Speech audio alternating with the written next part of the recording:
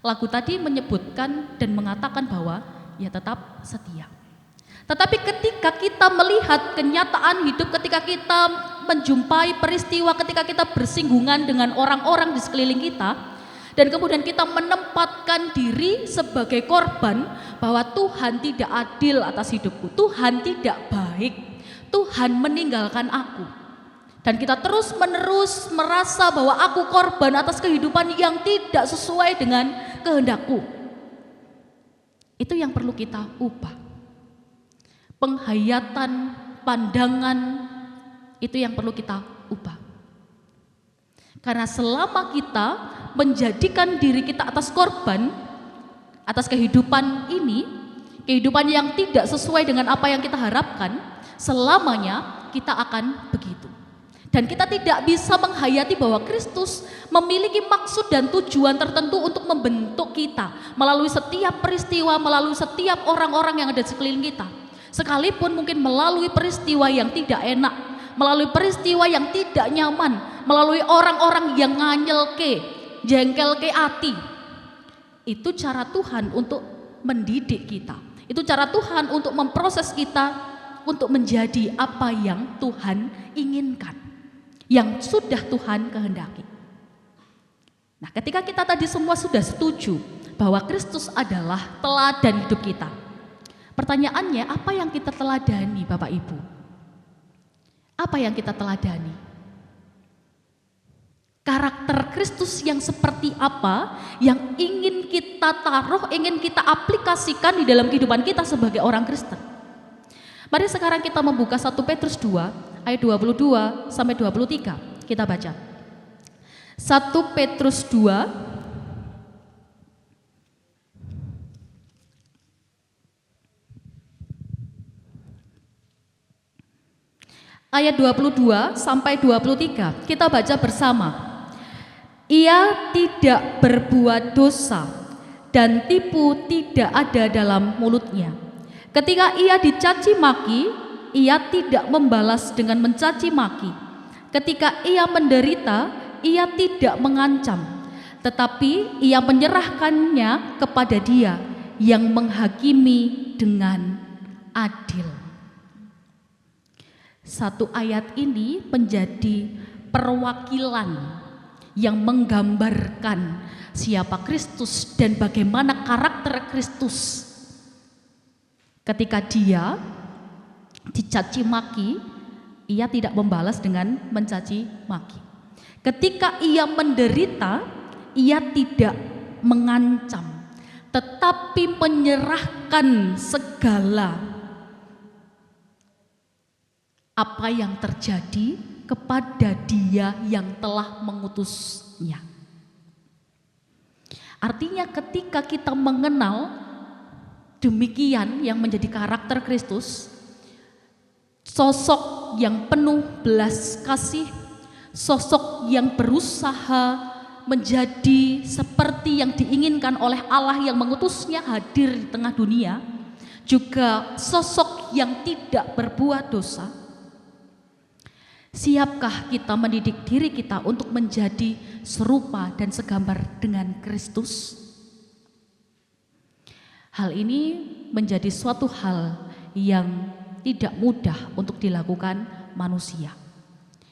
Di mana manusia yang punya ego, punya keinginan, punya segala macam yang ada di dalam dirinya, yang terkadang itu bertabrakan dengan karakter Kristus. Artinya mungkin ya tidak mau untuk melakukan. Orang bersalah kepadaku ya harus tak hukum. Kalau bisa ya wis ndak usah ketemu lagi. Tetapi Allah tadi mengatakan bahwa Yesus itu adalah orang yang penuh belas kasih. Dan itu yang menjadi karakter utama yang dimiliki oleh Kristus sang teladan hidup kita. Belas kasih, kasihnya tanpa syarat, dan itu diberikan kepada setiap orang yang ia jumpai. Tidak mengenal dia orang mana, tidak mengenal bagaimana ia, tidak mengenal siapa mereka. Kristus dengan sama menaruh kasih itu kepada setiap umat. setiap ciptaan. Dan ketika sekarang kita menghayati, kita memutuskan bahwa aku ingin memenuhi panggilan hidup sebagai umat yang segambar dan serupa dengan Kristus. Bagaimana prosesnya? Itu yang menjadi pertanyaannya. Ketika kita harus berperang dengan ego kita sendiri sebagai manusia, dengan keinginan hati, keinginan daging kita sebagai manusia, bagaimana aku di dalam prosesnya untuk menuju dan menjadi seperti segambar dan serupa dengan Kristus. Ibu, bapak dan saudara, kita semua punya blueprint hidup. Panjenengan diciptakan satu persatu, di sini punya maksud dan tujuan. Panjenengan mengimani hal itu, mengamini hal itu. Panjenengan tidak sia-sia datang ke dunia ini. Jadi jangan pernah menganggap panjenengan tidak berguna, panjenengan tidak layak. Tapi Tuhan menaruh panjenengan satu persatu, itu punya maksud dan tujuannya. Dan itu yang harus ditemukan dan mungkin juga harus dibangun, dibentuk. Untuk apa aku datang ke dunia? Untuk apa aku dipanggil sebagai orang Kristen? Dan ketika kita ingin dibentuk sebagai pelayan yang sejati, sebagai umat Kristen yang sejati, bagaimana untuk menjadi segambar dan serupa dengan Kristus tidak lain, itu adalah ikut prosesnya Tuhan. Ikut prosesnya Tuhan. Roma 8 ayat yang ke-8 mengingatkan kita tentang hal ini. Mereka yang hidup dalam daging tidak mungkin berkenan kepada Allah. Jadi artinya ketika kita ingin diproses untuk menjadi segambar dan serupa dengan Allah, kita adalah umat yang siap hidup oleh Roh. Roh itu yang akan menuntun kita, mengarahkan kita bagaimana nanti kita akan menjadi segambar dan serupa dengan Kristus. Dan setiap kita, yang tadi saya katakan bahwa panjenengan diciptakan, itu punya tujuan, punya maksudnya. Dan itu adalah panggilan sesuai dengan rencana Allah. Dan setiap proses kehidupan kita itu mengarah kepada Dia.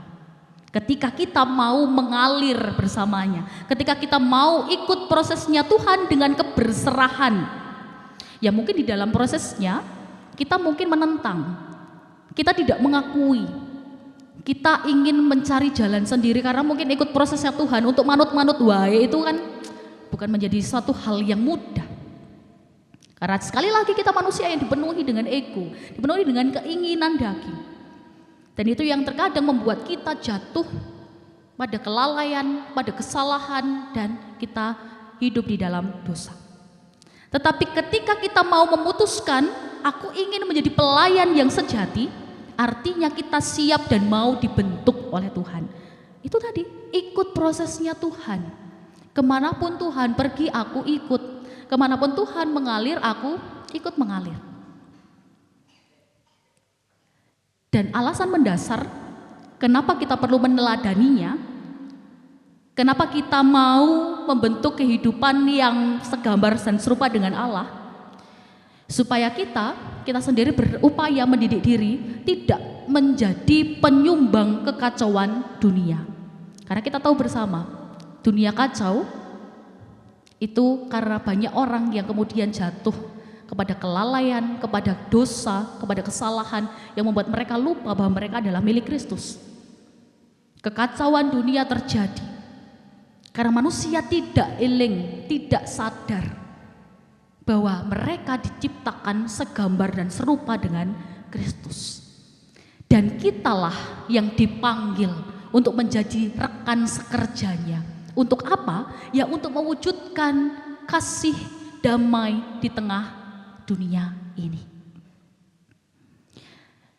Dan ketika di dalam hati kita, ibu bapak dan saudara, kita memutuskan untuk kita mau menjadi pelayan yang sejati, ada 5 sikap pelayan sejati, di mana ini ditulis di dalam Purpose Driven Life karangannya Rick Warren. Yang pertama, ketika kita ingin sungguh-sungguh menjadi pelayan yang sejati, kita harus melakukan reorientasi mental yang besar-besaran. Dan pelayanan itu berawal di dalam pikiran kita, berawal di dalam penghayatan kita bagaimana Kristus di dalam kehidupan kita. Yang pertama, dari 5 sikap pelayan yang sejati itu adalah pelayan lebih banyak memikirkan orang lain daripada diri mereka sendiri. Pelayan lebih banyak memikirkan orang lain daripada diri mereka sendiri. Ketika panjenengan disuruh mementingkan orang lain, itu hal yang mudah atau hal yang sulit, Bapak, Ibu, dan Saudara? Ketika panjenengan diminta untuk mengutamakan kebutuhan orang lain, kepentingan orang lain, itu sulit atau mudah? Mungkin sebagian dari kita menjawab sulit. Lah wong saya aja kerjanya belum pasti. Ya mungkin di dalam keluarga masih ada pergumulan. Bagaimana saya bisa memikirkan orang lain ketika diri saya belum bisa saya atur dengan baik? Secara manusia yang terbatas kita pasti memikirkan hal itu. Kita pasti memikirkan hal itu. Tetapi di sini adalah 5 sikap pelayan sejati. Yang pertama, lebih banyak memikirkan orang lain daripada diri mereka sendiri. Artinya, kita perlu berdamai dengan diri sendiri terlebih dahulu. Bukan menunggu kita mungkin kaya raya, harus menunggu kita harus tidak punya masalah, baru aku mau mengurusi orang lain, tidak. Tetapi kita berdamai dengan keadaan, dengan kondisi, dengan diri kita, di mana Tuhan berproses di dalam kehidupan kita. Itu yang perlu kita terima dengan seapa adanya. Karena tadi ikut prosesnya Tuhan, ya mengalir bersamanya, berjalan bersamanya, kemanapun dia pergi kita ikut. Apapun yang dia buat di dalam kehidupan kita asal kita tidak berbuat dosa, itu adalah yang terbaik. Kita tidak mencuri kemuliaan Allah dengan memikirkan apa yang menjadi bagian Allah. Artinya mungkin kita terlalu khawatir tentang hari depan, itu bagiannya Allah. Yang menjadi bagian kita adalah mengerjakan hari ini sebaik-baiknya. Ketika kita fokus dengan saat ini, kita fokus dengan hari ini, itu menjadikan kita lebih tenang, lebih ayem. Kita tidak takut akan apa yang terjadi di depan, kita tidak khawatir tentang apa yang akan terjadi di dalam kehidupan kita ke depan. Itu tidak akan menguasai kehidupan kita. Karena yang perlu kita lakukan adalah mengerjakan hari ini sebaik-baiknya. Tidak mencuri kemuliaan Allah atau memanfaatkan Allah untuk kepentingan. Apalagi ketika kita yang mungkin sudah mulai melayani. Kita sudah mulai melayani, kemudian ya kita jualan nama Tuhan untuk kita tawarkan. Tetapi diri kita sendiri mungkin belum berdamai. Diri kita sendiri mungkin menyangkal keberadaan Allah di dalam kehidupan kita. Itu musuh kita adalah diri sendiri. Jadi ketika kita ingin menjadi pelayan yang sejati, itu adalah yang kita lakukan penyangkalan diri. Bermanfaat, yang betul-betul bermanfaat, bukan dimanfaatkan. Berbeda nggih, Bapak Ibu, bermanfaat dan dimanfaatkan. Panjenengan memilih yang mana? Mau bermanfaat atau mau dimanfaatkan? Kalau bermanfaat, panjenengan itu sadar siapa panjenengan dan panjenengan bermanfaat. Kalau dimanfaatkan, ya mungkin panjenengan ya tidak sadar siapa diri panjenengan, kemudian ada orang yang pengen ayo ini, kita iya saja tanpa kita tahu dasarnya kita melakukan itu apa, motivasi kita melakukan itu apa. Itu yang pertama. Kemudian yang kedua, para pelayan berpikir seperti penata layan, bukan pemilik. Para pelayan berpikir seperti penata layan, bukan pemilik. Karena yang memiliki itu adalah Allah. Allah memiliki segalanya dan kita pengelolanya. Dan kita adalah orang-orang yang dapat dipercaya.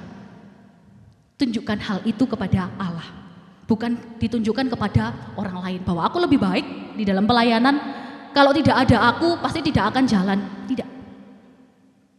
Karena Allah yang memiliki segalanya, kita yang mengelola, kita tunjukkan kepada Allah bahwa kita dapat dipercaya dengan kehidupan sungguh-sungguh, bahwa kita mau ikut prosesnya Tuhan. Dan terkadang yang menjadi masalah para pelayan itu adalah soal materi, soal uang. Dan terkadang ini menjadi batu sandungan. Pelayanannya ada, uangnya enggak. Pelayanannya ada, sangunya enggak.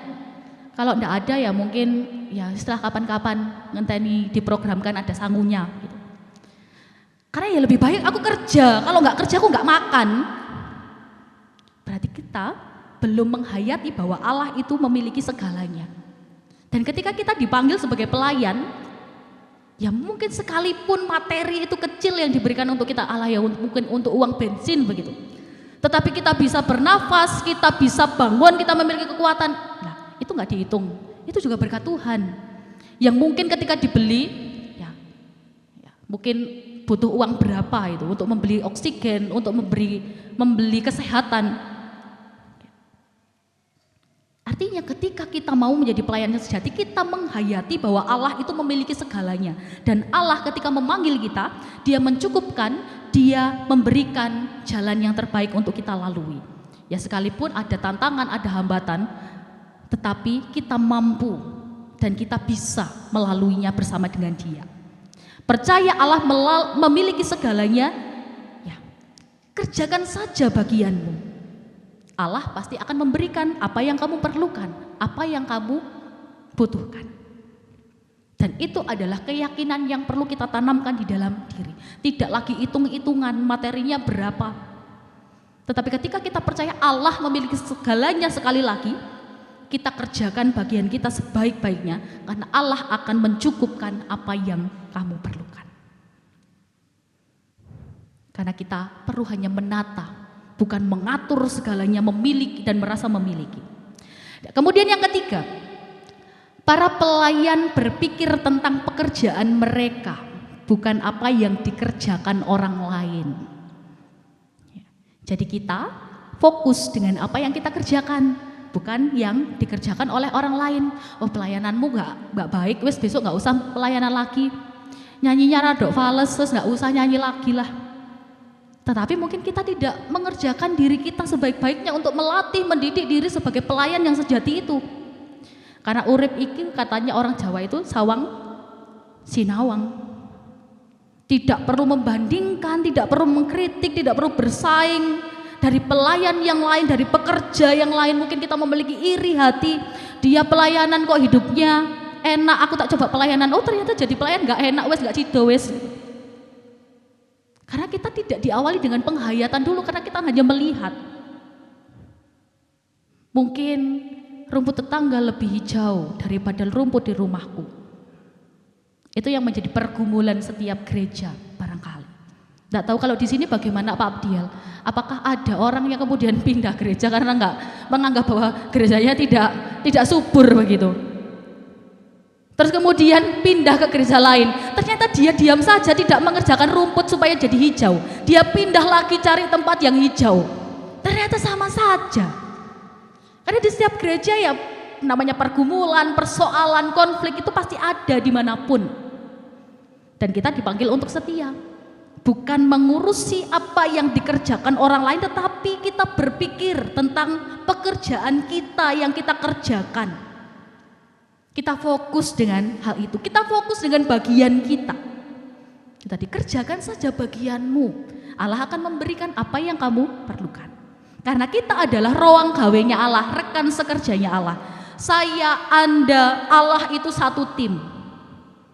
Dan sasarannya membuat karya Allah bisa terwujud dengan baik. Bisa dirasakan di tengah keluarga, bisa dirasakan di tengah persekutuan, bisa dirasakan ketika panjenengan ada di dalam masyarakat. Dan itu yang kita fokuskan. Tidak menilai pelayanan Tuhan, tidak menilai ladang yang lain mungkin lebih hijau. Mungkin dalam rangka merendahkan, menjatuhkan, atau kemudian kita bersiap untuk berpindah dan kita meninggalkan tempat atau rumah kita. Lakukan apa yang ada di depanmu dengan baik, yang sudah Tuhan berikan, yang sudah Tuhan percayakan. Karena juga menjadi seorang pelayan, Ibu Bapak, itu seperti hidup di akuarium. Bagaimana ketika hidup di akuarium? Di segala sisi kelihatan. Nanti pendetanya rodok apa dikit gitu, atau pelayan yang mungkin ada di depan sebagai pelayan-pelayan yang setiap minggu mungkin ada di depan, ada apanya sedikit aja keliru, salah, itu sudah menjadi mungkin konsumsi publik, menjadi omongan semuanya. Itu konsekuensi menjadi pelayan. Dan ketika kita memutuskan untuk menjadi pelayan yang sejati, kita dipanggil untuk juga siap menanggung konsekuensi sebagai pelayan. Apakah aku menanggapi segala sesuatunya itu dengan protes, dengan frustasi, dengan stres, dengan marah, dengan kecewa, bahwa Tuhan, aku sudah melayani tetapi kok kayak gini. Di mana keadilanmu, di mana kebaikanmu? Mungkin kita menanyakan hal itu. Padahal itu adalah proses supaya kita dibentuk sebagai pelayan yang murni, yang sejati. Dan kita dipanggil untuk menanggung konsekuensi itu dengan welas asih. Ya seperti karakternya Kristus tadi, penuh belas kasihan. Ketika dia dicaci maki, dia tidak mencaci maki. Karena Kristus adalah orang yang penuh welas asih, yang memandang kehidupan, memandang orang-orang ini dengan penuh belas kasihan. Dan ketika kita sekali lagi memutuskan untuk menjadi pelayan yang sejati, kita siap menanggung konsekuensi sebagai pelayan itu dengan welas asih. Bukan dengan kemarahan, bukan dengan kekecewaan yang mungkin berlarut-larut, dengan frustasi, dengan stres. Karena kita percaya, ini prosesnya Tuhan. Karena aku mau dibentuk menjadi bejananya, ya, apapun yang Tuhan buat di dalam kehidupanku ya, aku jalani dengan setia. Sembari kita menghayati, memaknai, mencerna apa toh yang Tuhan inginkan melalui kondisi ini, melalui peristiwa ini. Itu. Kemudian yang keempat, para pelayan mendasarkan identitas mereka di dalam Kristus. Para pelayan mendasarkan identitas mereka di dalam Kristus. Oleh karena itu kenapa kok harus diawali dengan penghayatan dulu? Bagaimana kita mengenal Kristus, menghayati Kristus di dalam kehidupan kita. Itu karena kita mendasarkan identitas kita pada Kristus. Tadi Kristus yang penuh welas asih, penuh belas kasihan. Pun ketika kita menyaksikan Kristus kok bisa ya membasuh kaki para muridnya. Padahal para muridnya itu terkadang juga ngomongin Yesus. Sekalipun ngalor ngidul bareng, tetapi mereka tidak percaya banget sama Kristus. Mereka masih gak jelas sama apa yang diajarkan oleh Kristus. Tetapi Kristus rela membasuh mereka dengan kerendahan hati.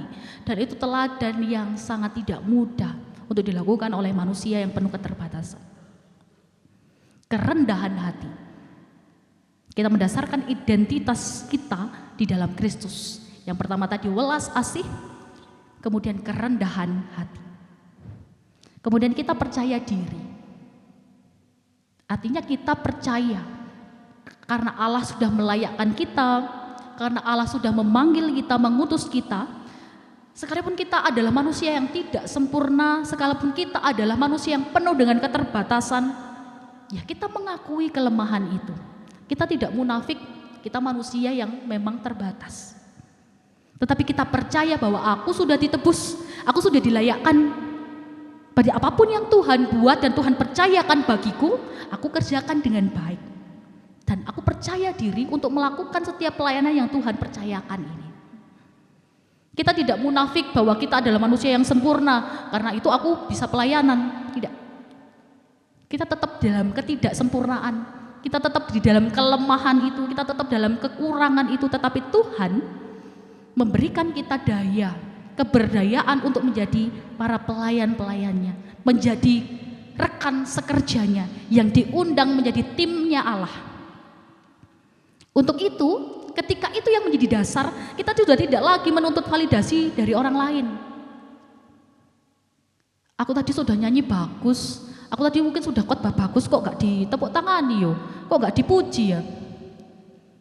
Mungkin kita masih menuntut validasi dengan orang lain, dari orang lain. Kita tidak fokus terhadap apa yang sudah Allah percayakan kepada kita dan yang sudah hubungan kita saja dengan Tuhan yang kita urus. Validasi dari orang lain tidak kita pentingkan. Kalau memang diberikan apresiasi, kita terima dengan kerendahan hati. Tetapi kalau tidak diberikan, kita pun juga tidak mencari validasi dari orang lain. Karena kita mendasarkan identitas kita di dalam Kristus. Hanya kita dan Kristus. Kemudian yang terakhir, yang kelima. Para pelayan memikirkan pelayanan sebagai sebuah kesempatan, bukan kewajiban. Karena aku sudah diberkati, berarti ya wis lah, tak bales dengan aku pelayanan. Siapa tahu nanti berkatku dibanyain, siapa tahu berkatku nanti dilebih-lebihkan. Padahal pelayanan yang dipercayakan kepada panjenengan satu persatu, panjenengan yang dipanggil sebagai orang tua, panjenengan yang dipanggil sebagai petugas di gereja, panjenengan yang dipanggil sebagai pelayan dimanapun panjenengan berada, itu adalah sebuah kesempatan. Bukan kewajiban yang mungkin harus panjenengan lakukan untuk membalas kebaikan Tuhan. Tuhan tidak panjenengan balas pun Tuhan masih tetap memberikan kebaikan dan kasih kepada panjenengan. Tetapi ini adalah sebuah kesempatan untuk panjenengan bisa mewujudkan syukur. Diberkati untuk menjadi berkat. Tidak mencari-cari berkat. Artinya ya itu tadi, pelayanan yang mungkin penuh pamrih. Aku tak pelayanan saja, wes nanti seharian di gereja, tak mengerjakan apa saja, nyapu, ngepel, mungkin aku tak benakno apa-apa begitu. Supaya aku diberkati sama Tuhan. Tapi ketika nanti Tuhan mengingatkan kita, memperhadapkan kita dengan peristiwa atau situasi yang tidak enak, kita ngelokro, kita lemes. Loh Tuhan, aku lo wes pelayanan, kok jadi gawe koyok ngene? Itu berarti kita masih punya rasa pamrih di dalam hati kita. Tidak menjadikan kepercayaan yang diberikan Tuhan adalah sebuah kesempatan untuk kita menaikkan syukur, mewujudkan syukur. Tidak. Tetapi untuk kita supaya ya berkatnya biar terus mengalir. Ya kita tidak apa-apa berharap begitu. Tetapi itu bukan menjadi dasar yang utama. Kemudian kita ketika tidak mendapatkan kita kecewa, berat hati, rasanya pahit hati. Tidak. Jadi ini yang perlu kita ingat. 5 sikap pelayan sejati. Supaya kita benar-benar menjadi para pengikut Kristus yang sejati. Siap untuk mendidik diri, menjadi serupa dan segambar dengan Kristus, Bapak Ibu, Saudara. Siap untuk mendidik diri, untuk berlatih, untuk belajar. Yang jawab cuma 1, 2. Ya. Mungkin yang lain dalam hati ya, gak apa-apa, saya gak dengar gak apa-apa, yang penting Tuhan dengar. Kiranya di dalam peziarahan hidup kita, kemanapun Allah akan membawa kita, kita manut, kita nurut atas kehendaknya. Kita tidak membanggel, kita tidak menjadi orang yang mungkin tegar tengkuk, menjadi orang yang mungkin banyak protes karena kehidupan yang terjadi. Tetapi kita sungguh-sungguh menyerahkan hidup kita sepenuhnya untuk dibentuk, untuk dibangun seturut dengan kehendaknya. Sesuai dari awal Tuhan sudah menetapkan kita dan dipanggil sebagai umat miliknya. Dan kita mewujudkan rasa syukur itu dalam kita mewujudkan diri, mewujudkan hidup sebagai para pelayan dan orang Kristen yang sejati. Selamat hidup dalam terang kasih Kristus. Tuhan memberkati panjenengan semua. Amin. Kita berdoa. Bersyukur atas setiap kesempatan hidup yang Tuhan izinkan terjadi di dalam kehidupan kami. Itu sebagai proses hari demi hari yang kami lalui dengan setia, dengan penuh ketaatan. Karena kami mewujudkan dan kami memilih bahwa kami ingin Tuhan bentuk menjadi orang-orang Kristen yang sejati, menjadi para pelayan yang sejati. Yang tidak melupakan Tuhan sebagai sang pemilik segalanya. Yang tidak melupakan Tuhan sebagai pengatur kehidupan kami. Karena kami hanya alat-Mu untuk menjadi duta-duta kerajaan-Mu di tengah dunia yang ada pada saat ini. Kami sebagai orang tua Tuhan tempatkan di keluarga kami. Biarlah kami menjadi orang tua yang seturut dengan kehendak Tuhan. Kami yang menjadi anak-anak yang tinggal di tengah keluarga kami, Biarlah kami juga boleh mewujudkan peran kami, tanggung jawab kami sebagai anak-anak yang juga seturut dengan kehendak Tuhan, yang setia dengan keluarga, yang saling melayani dan saling mengasihi. Ketika Tuhan mempercayakan kami sebagai para pelayan yang sudah Tuhan tempatkan di gereja ini, Tuhan juga terus mendidik kami supaya kami terus mewujudkan kesetiaan kami, ketaatan kami untuk berproses bersama dengan Tuhan, juga berproses dengan yang lain, dengan anggota gereja yang lain, bahwa mereka itu bukan musuh, bukan objek yang harus kami jadikan banding-bandingan, tetapi kami adalah satu tim yang bekerja sama untuk mewujudkan kedamaian, kebaikan, sukacita bersama dengan Kristus. Dan bila di gereja ini terus menyatakan, mewujudkan gambar dan rupa Allah yang kami kerjakan di dalam kehidupan kami hari lepas hari. Terima kasih Tuhan untuk setiap kesempatan hidup yang masih Tuhan percayakan. Kami yang muda, kami yang tua, apapun yang menjadi panggilan hidup kami, ajar kami untuk menemukan makna hidup di dalam Kristus. Hidup kami bukan hidup yang sia-sia. Hidup kami bukan hidup yang kosong ketika kami mendasarinya dengan Kristus.